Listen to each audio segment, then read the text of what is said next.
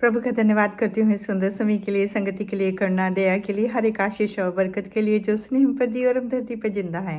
और उसका नाम हम सब मिलकर ले रहे हैं, बाइबल का अध्ययन कर रहे हैं। तो परमेश्वर से, यहोवा से मांगिए और प्रभु यीशु मसीह के नाम से आमीन कहिए, तो आपकी हर दुआ उनको सुनी जाएगी। और ये परमेश्वर का वादा है। और परमेश्वर हमारा जो है इब्राहिम, इसहाक, मूसा का परमेश्वर है। और वो खुद उसने कहा है, मेरे बेटे इसके नाम से मांगोगे तो मैं सब कुछ दूंगा। तो जागते रहिए, प्रार्थना करते रहिए, परमेश्वर के नज़दीक आइए, वचनों को पढ़िए और लोगों तक पहुंचाइए। ये आपका फ़र्ज बनता है। तो जय मसीह की, प्रेज़ द लॉर्ड। भाई बहनों, आज हम बात करेंगे मूसा का 40 साल का सफ़र किस तरह रहा और किस तरह से उसने परेशानियों को परमेश्वर ने दूर किया और उससे परमेश्वर बातें करता था।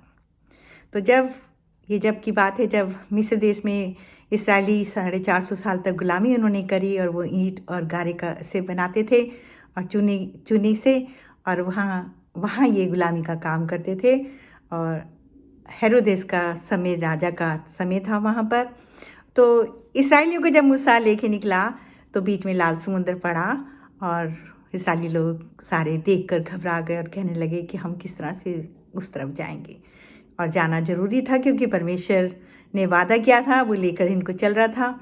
और वो देखते हैं कि पीछे तो मिस्र देश की सेना आ रही है रथों पर, घोड़ों पर, और वो पूरी तरह से घबरा जाते हैं। और इतना घबरा जाते हैं कि वो मूसा पे चिल्लाने लगते हैं और कहते हैं कि इससे अच्छा तो हम वहीं थे जहाँ गुलामी करते थे, कम से कम हम भूखे नहीं मरते थे और हम पेट भर के रोटी खाते थे। और अब तो हम अवश्य पानी में डूब कर मर जाएंगे और जो लोग बच जाएंगे उनको मिस्री सेना मार देगी।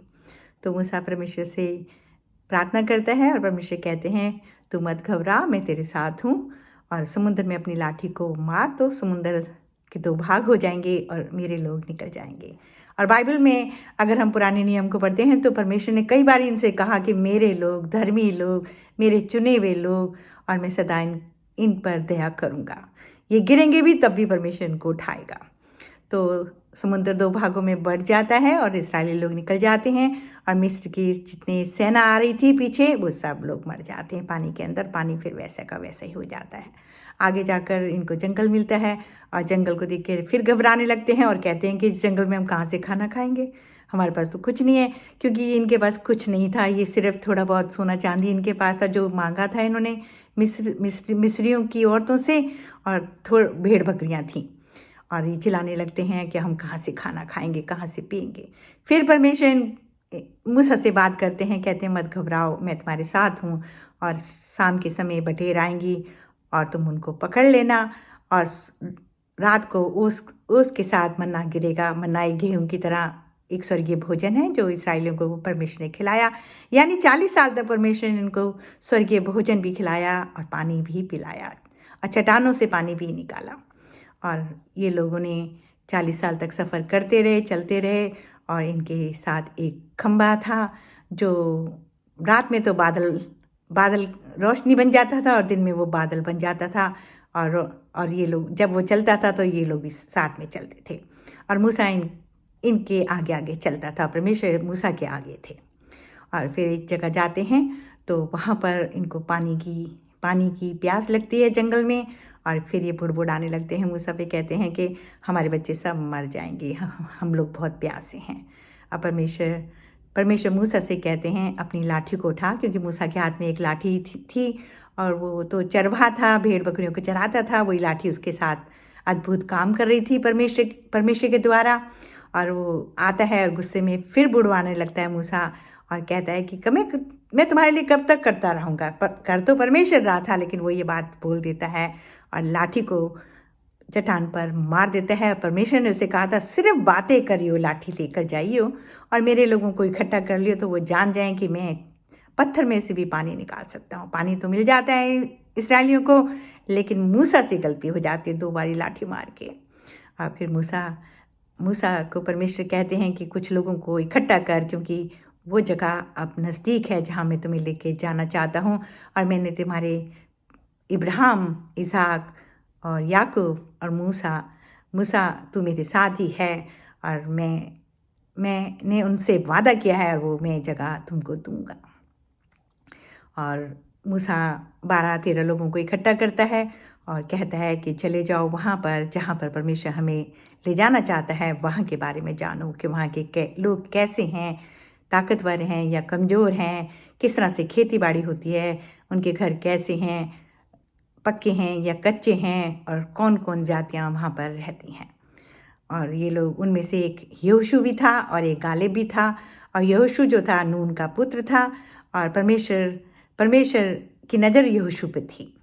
और यहोशू तो वहीं, गालिब तो वहीं रुक जाती हैं। 10 के वहाँ जाकर 40 दिन में ये लोग भेद लाते हैं और आकर इसराइलियों को कहते हैं, अरे भाई वहाँ तो कोई नहीं जा सकता और हम लोग अवश्य वहाँ तलवार से मारे जाएंगे, क्योंकि वहाँ तो बहुत ताकतवर लोग हैं, घर पक्के हैं, ज़मीन में फली फल भरे हुए हैं और नदियाँ बह रही हैं और वहाँ पर बहुत सारी जातियाँ हैं और हम लोग तो उनके सामने बहुत कमज़ोर हैं, और अब हमें मूसा उस देश में जाके तलवार के द्वारा हम मारे जाएंगे।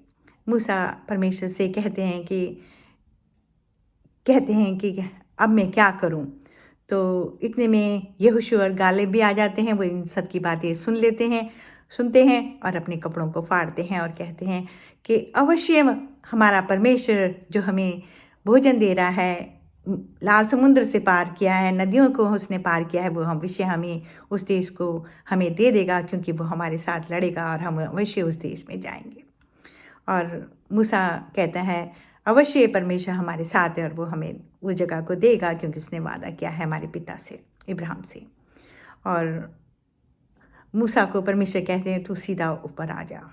और मूसा से वो हमेशा एक बड़ी पहाड़ी पर जाकर वहाँ बातें करते थे, लेकिन मूसा ने परमेश्वर को नहीं देखा था, सिर्फ आवाज़ें सुनी थी।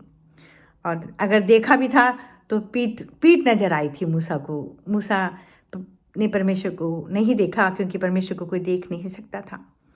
और परमेश्वर के पास मूसा जाते हैं और परमेश्वर से कहते हैं अब तेरा 40 साल का सफ़र ख़त्म हुआ और तू मर जाएगा और मैं यहीं पर तुझे मिट्टी दूंगा। और कोई नहीं जानता कि मूसा की कब्र कहाँ है और किस तरह से उसका मरना हुआ, सिर्फ परमेश्वर जानते हैं। और परमेश्वर ने पहले ही यहोशू को चुन लिया था और गालिब उसकी मदद करने के लिए था। और मूसा तो मर जाता है और परमेश्वर यहोशू को कहते हैं हे यहोशू, अपनी कमर को कस ले और मैं अब तेरे द्वारा अपने लोगों को यरीहो नगर पे ले जाऊंगा, जहाँ मैंने वादा किया है। और जो लड़ने वाले लोग हैं उनको भी इकट्ठा कर ले और याजकों को भी इकट्ठा कर ले, जो तुरई फूकने के काम करते हैं, और सारी इस्राएलियों को बता दे कि अब मेरे बड़े बड़े काम तुम फिर देखोगे। और यहोशू वैसे ही करता है। और परमेश्वर यहोवा कहते हैं कि कल हमें वहाँ जाना है, तो सारे लोग तैयार हो जाओ और अपना अपना सामान उठा लो। और जो वो जगह है उसकी जो दीवारें थी बहुत लंबी थी और कोई उसके अंदर आता जाता नहीं था, क्योंकि वहाँ के लोग बहुत डरे हुए थे और उन्होंने दरवाज़ों को बंद कर रखा था कि कोई हमारे जगह पर ना आ जाए, क्योंकि वो जानते थे कि किसी का परमेश्वर इन लोगों का इस जगह को हमें देने जा रहा है। और ये लोग वादे के परमेश्वर हैं और चुने हुए लोग हैं।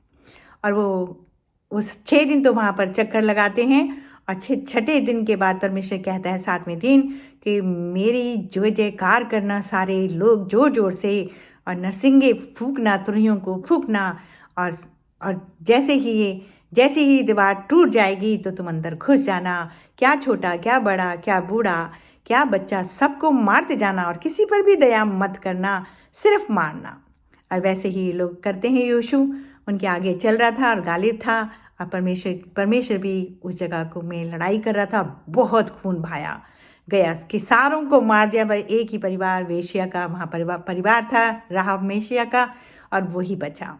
इस तरह से परमेश्वर ने इन लोगों को वहाँ पर पहुँचाया। और जो इस्राएल उसका नाम रखा गया परमेश्वर के द्वारा, क्योंकि याकूब का नाम परमेश्वर ने बदला था, उसको इस्राएल कहा गया।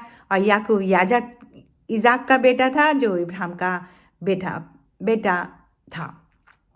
इस तरह से इनकी वंशावली वहाँ रहती हैं और परमेश्वर ने इनको खुद चुना है और इन पर दया भी की है, खिलाया भी है। और हमारा परमेश्वर वादे का परमेश्वर है। अगर आप धर्मी हैं तो आपके बच्चों तक वो संभालेगा, उनकी गलतियों को भी माफ़ कर देगा और आपको किसी चीज़ की कमी नहीं होगी और हर चीज़ वो देगा।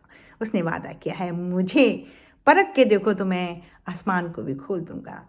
वो उसका कहना है कि चिड़ियों को देखो, जानवरों को देखो, उनको भी मैं पेट भर रोटी खिलाता हूँ, तुम तो उनसे बड़े हो। क्योंकि हम मनुष्यों को उसने बड़ा बनाया है और सारा अधिकार हमें दिया है कि हम इन पर इन पर नज़र रखें।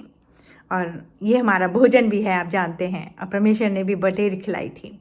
इस तरह से इस्राएली लोग वहाँ पर पहुँचे और जानवर जो थे वो तो इस्राएलियों ने बांट लिए और जो सोना चांदी था वो इस्राएल में जो भवन बना था उसमें रखा गया।